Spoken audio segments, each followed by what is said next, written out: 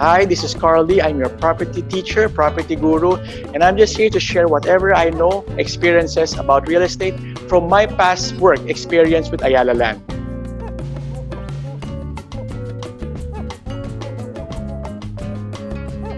All right, do I have to pay my rent? The answer is yes. If you're staying in the unit, if the contract is still active, you have to pay your rent. But if you're in a difficult financial situation right now, there are a grace period that is given right now, which you can delay your payment from today to, let's say, after 30 days. And you can also divide your payments behind to the next 6 months. So these are the grace period for tenants to make it easy for you if you are affected by the COVID and the quarantine. As a landlord, yes, you still have to continue collecting your rent because it is you have your obligations, you have your bills to pay. No,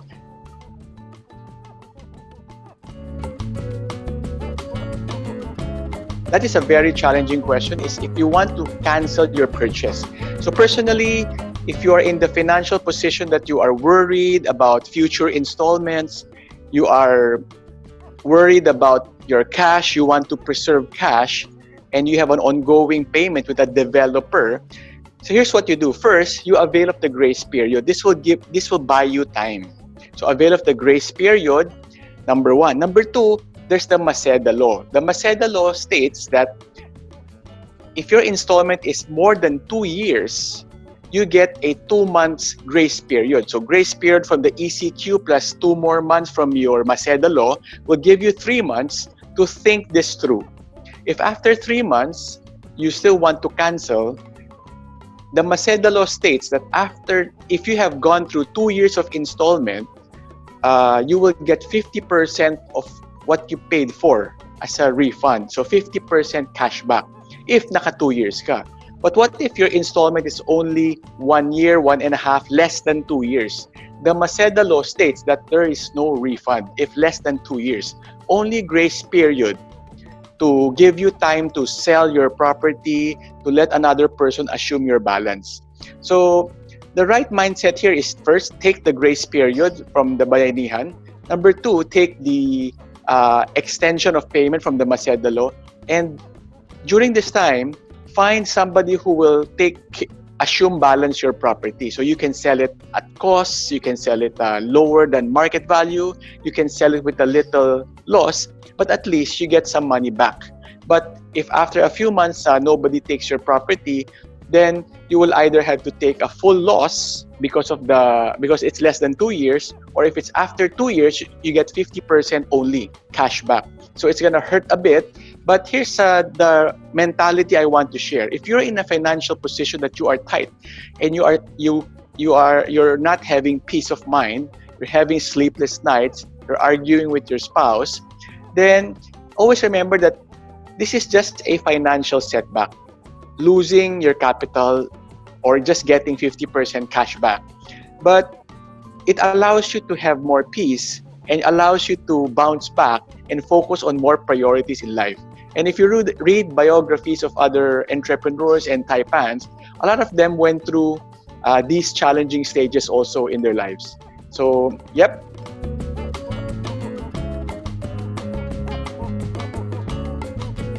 Very good question. This is a separate situation. If your installment is with your developer, then you can use the Maceda law. If your installment is now with a bank, then the scenario is very different because the bank does not have a refund policy. So if your installment is with the bank, you really have to fulfill your commitment or sell your property to another buyer. So here's how you analyze. There's what you call the VAR, your value at risk, meaning how much have you shelled out for this property. It can be, this is with the bank. For example, you've shelled out 2 million with the developer and 3.5 million and another 1.5 with the bank. So total VAR, value at risk, is 3.5 million. So 3.5 million is in your mind. So that's the potential amount that you're going to lose if you cancel with your installment with the bank. So if your installment is with the bank, first try to sell it to the market. By the way, I want to share our Bayanihan sale property project, wherein we're putting together a list of people needing to sell their property to liquidate. So this is a bayanihan project that we are trying to execute to help those who are in financial need, so their property won't become zero and be sheriffed by the bank. Kasi when your property is sheriffed by the bank, you don't get any value back. So you, just to exaggerate, it is still better to sell your property, let's say at 500,000 pesos return than zero. Diba? So there's it's bit.ly/bayanihan sale properties, and just sign up your property there, write down the price and all the details. Then we will try to promote this consolidated list to buyers out there who are financially in excess at this point, so they can buy your property opportunistically at a lower than market price. So it's a win-win bayanihan project.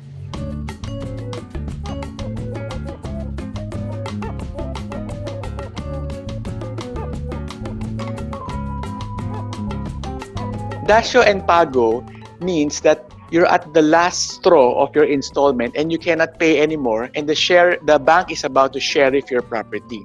But you're voluntarily giving up this property. So yes, it's not going to happen yet now, but at the end of this process, if you still cannot find the buyer for your bank installment, then you would have to voluntarily return your property. So yes, it's a better way to cut your losses than hide from your bank. So if your installment was with the bank, so first you ask for grace period. Do everything that you can to sell your property. If you have cashed out 3 million, 4 million, and you still get 1 million back, 2 million back for somebody to assume your balance, it's still okay. At least hindi zero. But kung talagang no buyers and you're at the end of the line, then you have to voluntarily surrender to the bank. So my final advice, if you have installments with the bank and you are worried, start talking to your loan officer. Start talking to your bank and say, hey, what can we do? Can we restructure this? If you can make it lighter, make it longer, or whatever ways that your bank can do together with you to help hurdle through these challenging times.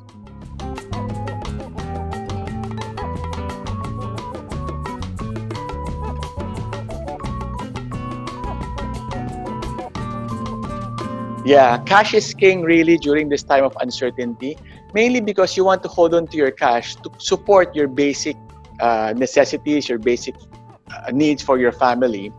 So if you're in a financial situation that you want to preserve cash and stop your installments, yes, you can use the grace period from the ECQ, Bayanihan Act, and you can also use the Maceda Law grace period, which states that for every year of installment, you get 1 month of grace period.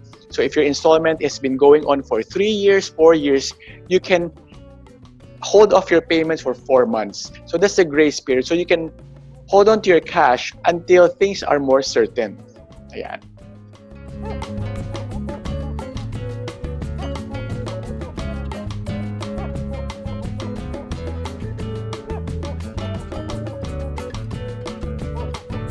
Right now, we are not yet seeing strong trends in the property market, mainly because it has just been 40 plus days of our quarantine and this COVID scare. So people are still not really doing anything.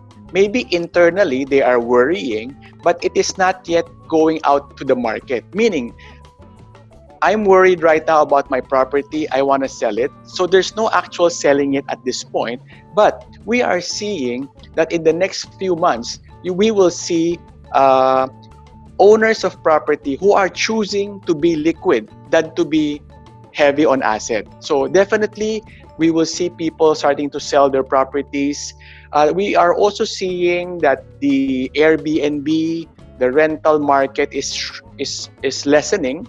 So you will have owners who will not have tenant for their unit, and this will greatly affect their behavior. So from an affordable market point of view, from a middle market point of view, there will be two types of middle market response. One will be, I'm financially okay, my work is still ongoing, I'm gonna hold on to it. But there will be a certain group wherein they will say, I'm financially worried, I don't think I can sustain this. I need to liquidate. I need to stop my bleeding. I need to stop my payment of association dues. I cannot sleep at night. I want to sell. If an offer comes to me and it's lower than market value, am I going to give? Maybe yes. So I can sleep well at night. So these are the ongoing ideas or mental ideas that is happening right now to the buyers. For the high-end market naman, what we're seeing is you have two types of high-end owners. One is, I'm not affected.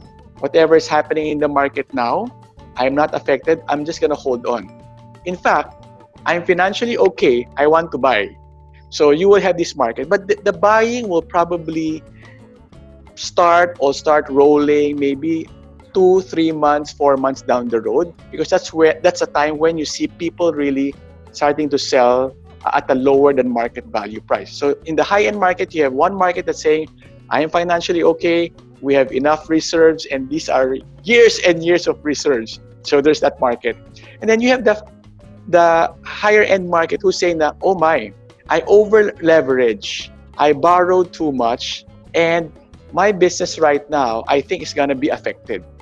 I think I'm going to liquidate some of my properties, not all, not in panic mode, but just as a financial strategy, because I bought too much. I'm leveraged too much. So yes, there will definitely be people selling in the high-end market, just as a strategy. Will the prices go down? I think prices that will go down will start from the secondary market. Yeah, why? Because of the simple nature that the secondary market, maybe they bought their properties 5 years ago, 8 years ago, and they're saying now, you know what? I can make it easy for the buyer. I'm smart. I'm financially savvy. I know that what the market wants is a below market value. So I'm going to give this 10% lower, 20% lower, 30% lower than market price. I will still be break even. I will still be up. I've rented it out for 5 years, 6 years, and that's okay. So I will liquidate. So you will have those two kinds of high-end market.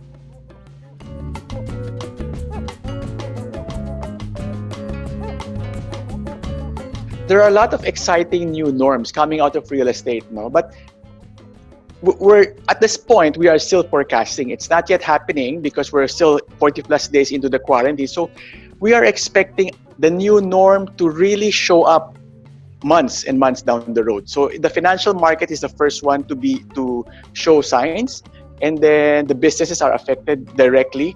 So property will show signs maybe 2, 3, 4 months down the road. So what am I forecasting? What are we seeing?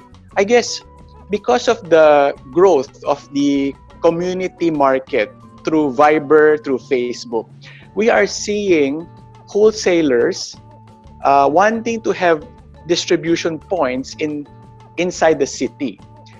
So the distributor are now saying, hey, why don't we put a distribution center in San Juan, in Taguig, in Caloocan, in Malabon, in Cavite, in Laguna, Dasmariñas. We're seeing that trend right now. So if you're into warehousing inside the city, not big ones, maybe inside the city, we're seeing that trend in the next few months. We're also seeing the trend of people reconsidering living a bit far from Metro Manila because they realize that, hey, you know what? I can actually work from home. And it's not embarrassing anymore to tell people that I work from home. So we're seeing that new norm moving into the next few years wherein, people are now going to say, I'm just working from home. My house is in Santa Rosa, Tagaytay, and it's going to be okay and acceptable. Definitely, retail, we're going to see those companies who are solely mall-based will definitely think of an outside the mall by the street strategy. So if your restaurants are all inside the mall, you are now considering to put up at least one major commissary, major restaurant by the street. So you're accessible by your customers, even if the mall closed down.